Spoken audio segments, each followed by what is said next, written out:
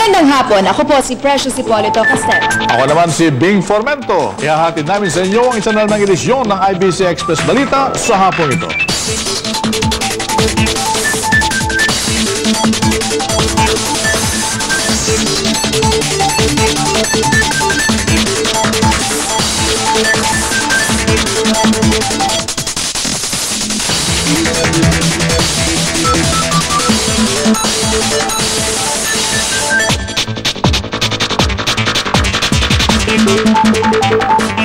Sa ating top stories, Magna Carta of Women pinirmahan na ni Pangulong Gloria Macapagal Arroyo.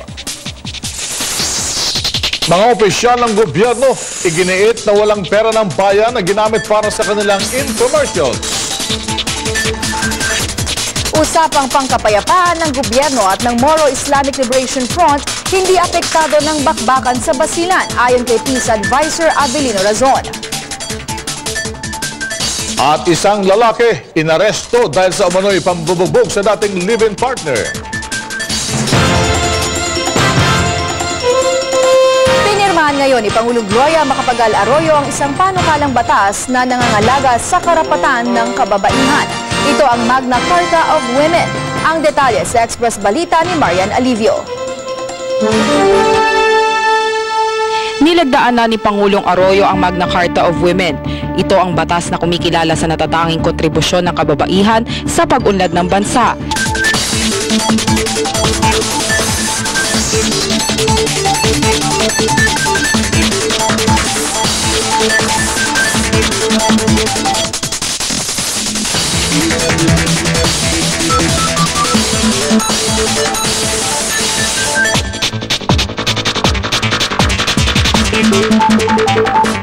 Sa ating top stories, Magna Carta of Women pinirmahan na ni Pangulong Gloria Macapagal Arroyo.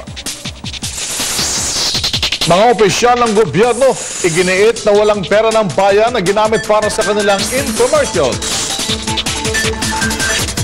Usapang pangkapayapaan ng gobyerno at ng Moro Islamic Liberation Front hindi apektado ng bakbakan sa Basilan ayon kay Peace Advisor Avelino Razon. At isang lalaki inaresto dahil sa umano'y pambubugbog sa dating live-in partner.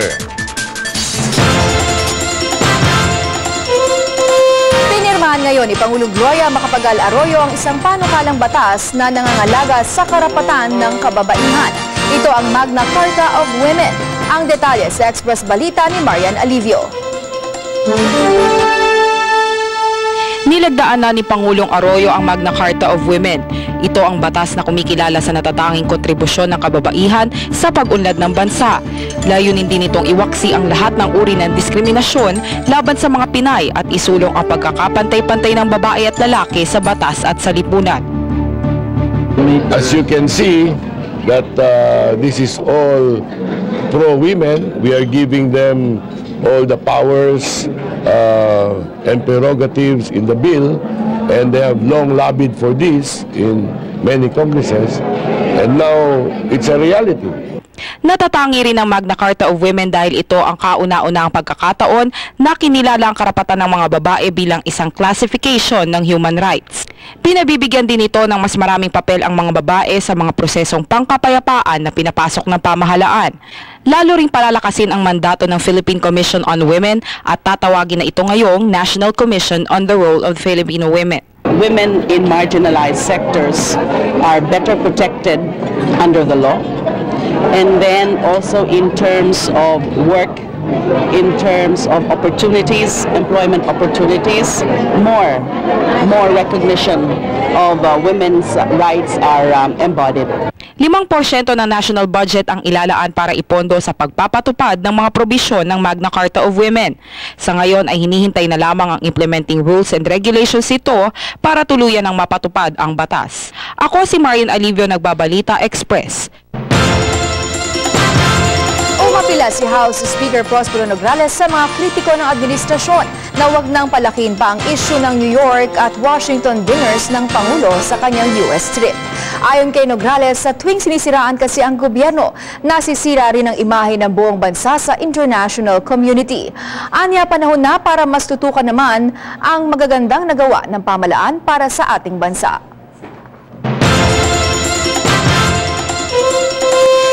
Tiniyak naman ng pamahalaan na hindi makakaapekto sa GRP-MILF peace talks ang nangyaring engkwentro sa pagitan ng militar at ng mga Abu Sayyaf at MILF sa Tipo-Tipo Basilan noong Miyerkules. Ang kabuang detalye sa Express Balita ni Berwin Lianza. Hindi maaapektuhan ang napipintong muling pagbubukas ng usaping pangkapayapaan sa pagitan ng gobyerno at Moro Islamic Liberation Front.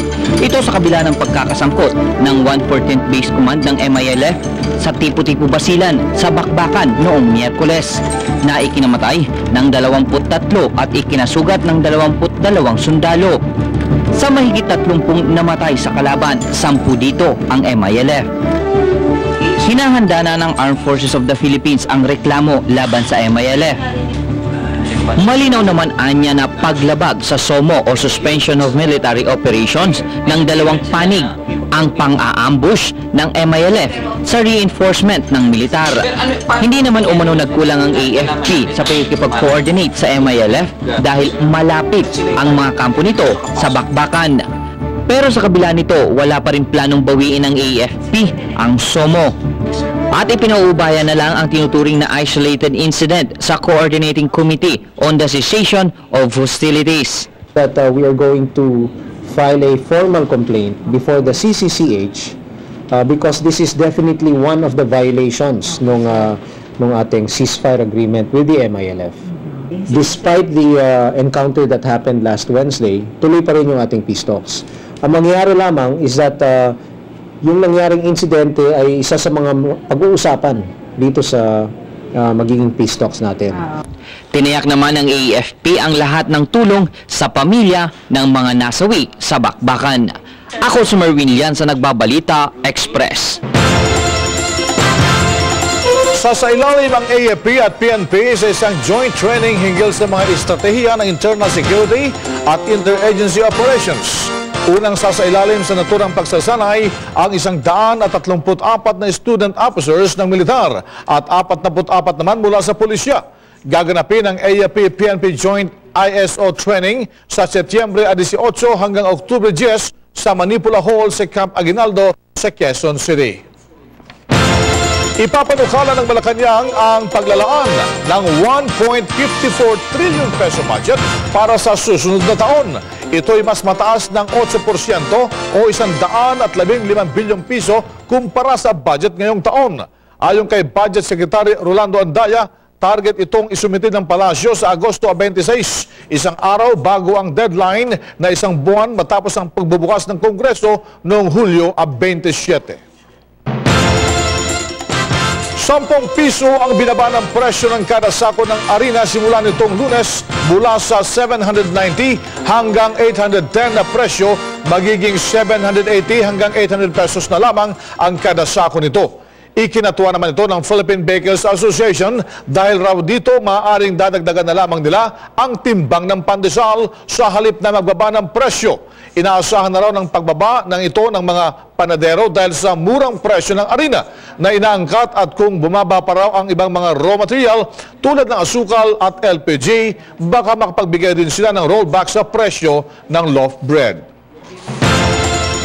Magbabalik ang Express Balita makalipas ang ilang pala.